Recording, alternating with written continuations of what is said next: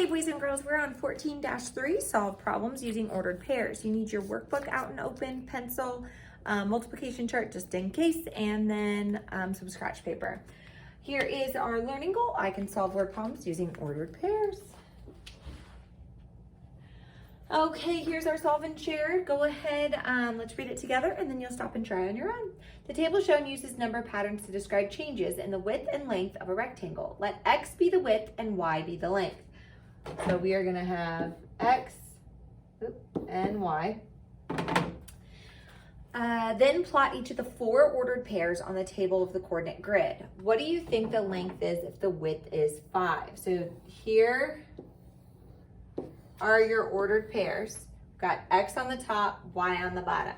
So you guys go ahead and try to plot and then think about what do you think the length is if the width is 5. I'm gonna recalibrate our board real quick.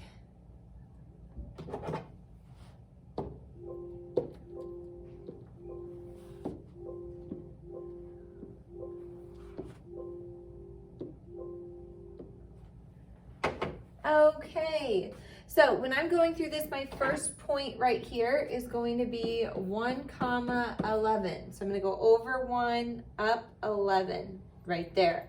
My next one is 2, 10.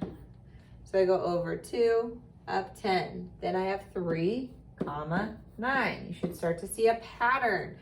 3, 9. And what you can notice is it's forming a straight line. Then we have 4, 8. Over 4, up 8.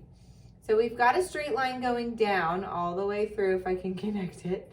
So if I extend that line on down with a little arrow, you can see at 5, if I put a point there on my line, it's gonna be 5, 7, which would follow our 1, 2, 3, 4, 5 of the x-axis and 11, 10, 9, 8, 7 of our y-axis.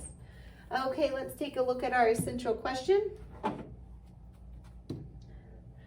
Okay, both Ann and Bill earn the same amount shown each week. Ann starts with no money, but Bill starts with $5. How much will Bill have when Ann has $30?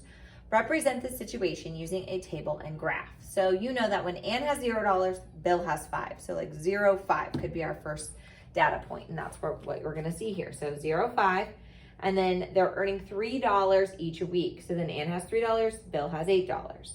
Week 2, add 3 more.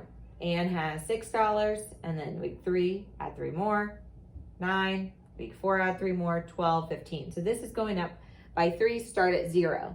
Here we're starting at 5 and going up by 3. So 5 plus 3 is 8, plus 3 is 11, plus 3 is 14, plus 3 is 17, plus 3 is 20.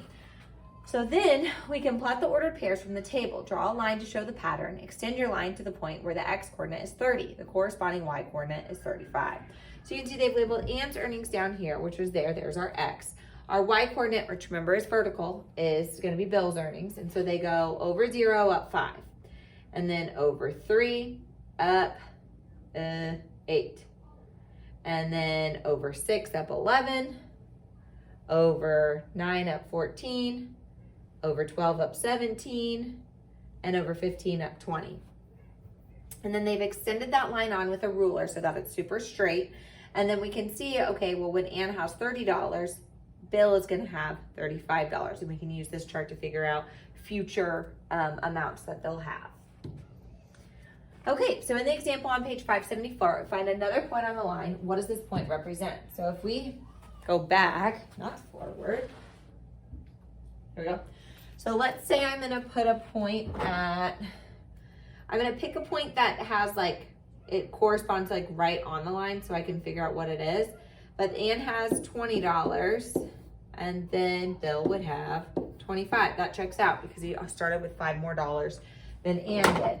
So over on our next thing, we can say Ann has $20. Bill has $25. And the point that we picked was over 20, up 25 for our x value and our y value. Okay, let's see. In the example on page 574, write an equation to show the relationship between Ann's earnings and Bill's earnings. Remember to let x equal Ann's earnings and y equal Bill's earnings. So y Bill's earnings is greater. So we're going to start with Ann's earnings. What we have to do to Ann's earnings to get to Bill's earnings. Well, Ann's earnings here is 20. What would I have to add to get to 25? 5.